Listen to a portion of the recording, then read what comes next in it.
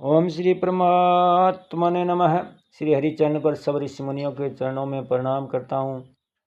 सब संत जनों के चरणों में प्रणाम करता हूँ। इस मेरे प्यारे भारत देश के चरणों में मैं प्रणाम करता हूँ। सभी देशवासियों का स्वागत। इस वीडियो को आप अंत तक सुने। इस वीडियो को सुनने वाले मेरे देश के हर कोने में घरों में बैठी माताओं के चरणों में चरण स्पर्श करता हूँ। बहनों भाइयों को प्यार नमस्कार। यह वीडियो श्री कृष्ण अर्जुन संवाद का है। जब महाभारत युद्ध में अर्जुन धर्म संकट में था, तनाव में था, चिंताओं से घिर गया था, कोई निर्णय नहीं ले पा रहा था, थर थर काँप रहा था, तब भगवान की शरण में गया। भगवान ने गीता का उपदेश दिया, धर्म संकट से बाहर निकाला और अंत में विजय श्री का ताज पहनाया। इसलिए यह वीडियो सुनने मात्र से मानसिक तनाव, चिंताग्रस्त शारीरिक तनाव से मुक्ति मिलेगी। इसलिए आप सब श्रोतागण से मैं विनती करता हूँ, इस सुप्रभात में पुण्य का भागीदार बनकर जन कल्याण में अपना सहयोग दें। वीडियो को ज़्यादा से ज़्यादा सब्सक्राइब करें, शेयर करें और लाइक करें। अब भगवान आगे क्या कह रहे हैं।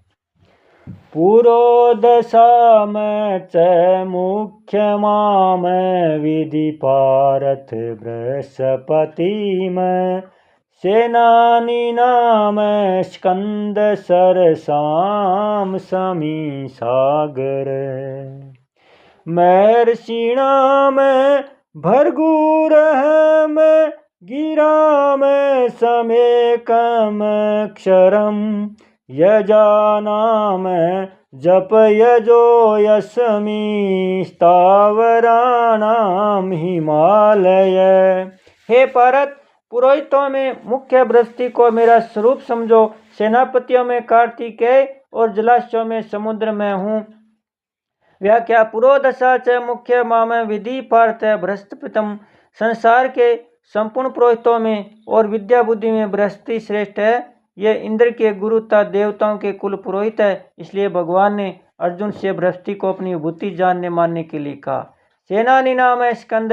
स्कंद कार्तिकेय शंकर जी के पुत्र है। इनके 6 मुख और 12 हाथ है। ये देवताओं के सेनापति है और संसार के संपूर्ण सेनापतियों में श्रेष्ठ है। इसलिए भगवान ने इनको अपनी विभूति बताया। सरसास्विम सागर। इस पृथ्वी पर जितने जलाशय है उनमें समुद्र सबसे बड़ा है। समुद्र संपूर्ण जलाशयों का अधिपति है और अपनी मर्यादा में रहने वाला तथा गंभीर है। इसलिए भगवान ने इसको अपनी विभूति बताया है। यहाँ इन विभूतियों की जो अलौकिकता दिखती है यह उनकी खुद की नहीं है, प्रत्युत भगवान की है और भगवान से ही आई है।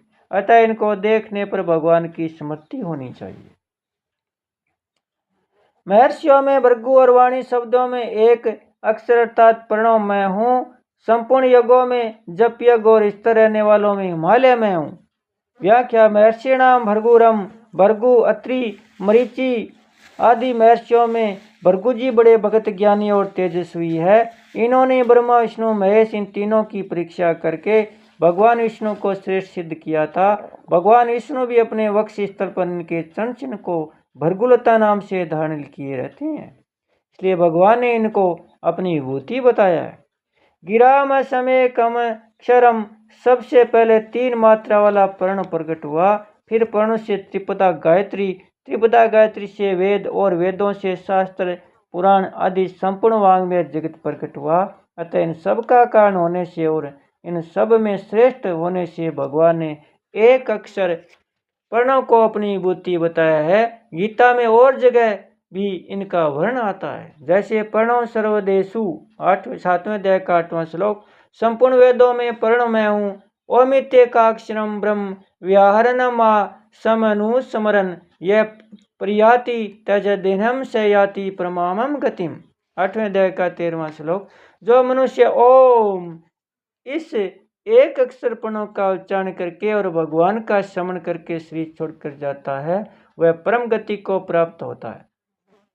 तस्मादो मृत्यु दाह्यम यज दान तप क्रिया प्रवणते विधानोक्तास्तम ब्रह्मवादी नाम है। 17वें अध्याय का 24वां श्लोक। वैदिक लोगों की शास्त्रविद यज्ञ, दान और तपरूप क्रियाएं प्रणव का उच्चारण करके ही आरंभ होती है। यजा नाम जप यजो अस्मि। मंत्रों से जितने यज्ञ किए जाते हैं उनमें अनेक वस्तु पदार्थों की विधियों की आवश्यकता पड़ती है और उनको करने में कुछ न कुछ दोष आ ही जाता है, परंतु जप यज्ञ अर्थात भगवान नाम का जप करने में किसी पदार्थ या विधि की आवश्यकता नहीं पड़ती। इसको करने में दोष आना तो दूर रहा, परंतु सभी दोष नष्ट हो जाते हैं। इसको करने में सभी स्वतंत्र है। भिन्न भिन्न संप्रदाय में भगवान के नाम में मंत्र तो होता है, पर नाम जप से कल्याण होता है। इसको हिंदू, मुसलमान, बौद्ध, जैन आदि सभी मानते हैं। इसलिए भगवान ने जप यज्ञ को अपनी विभूति बताया है। स्थावरणाम हिमालय स्तर रहने वाले जितने भी पर्वत है, उन सब में हिमालय तपस्या का स्थल होने से महान पवित्र है और सबका अधिपति है। गंगा, यमुना आदि जितनी तीर्थ स्वरूप पवित्र नदियां हैं, वे सभी प्राय हिमालय से प्रकट होती है। भगवत प्राप्ति हिमालय स्थल बहुत सहायक है। आज भी दीर्घ आयु वाले बड़े बड़े योगी और संत हिमालय गुफा में साधन भजन करते हैं। नर नारायण ऋषि भी हिमालय में जगत के कल्याण के लिए आज भी तपस्या कर रहे हैं। हिमालय भगवान शंकर का ससुराल है और स्वयं शंकर भी इसी के एक शिखर कैलाश पर्वत पर रहते हैं। इसलिए भगवान ने हिमालय को अपनी विभूति बताया है। संसार में जो कुछ भी विशेषता दिखती है, उसको संसार की मानने से मनुष्य उसमें फंस जाता है और जिससे उसका पतन होता है।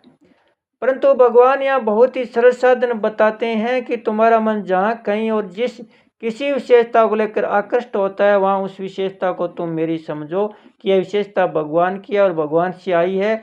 यह इस परिवर्तन से नाशवान संसार की नहीं है। ऐसा समझोगे, मानोगे, तुम्हारा यह आकर्षण मेरे में ही होगा। तुम्हारे मन में मेरी यह महत्ता हो जाएगी।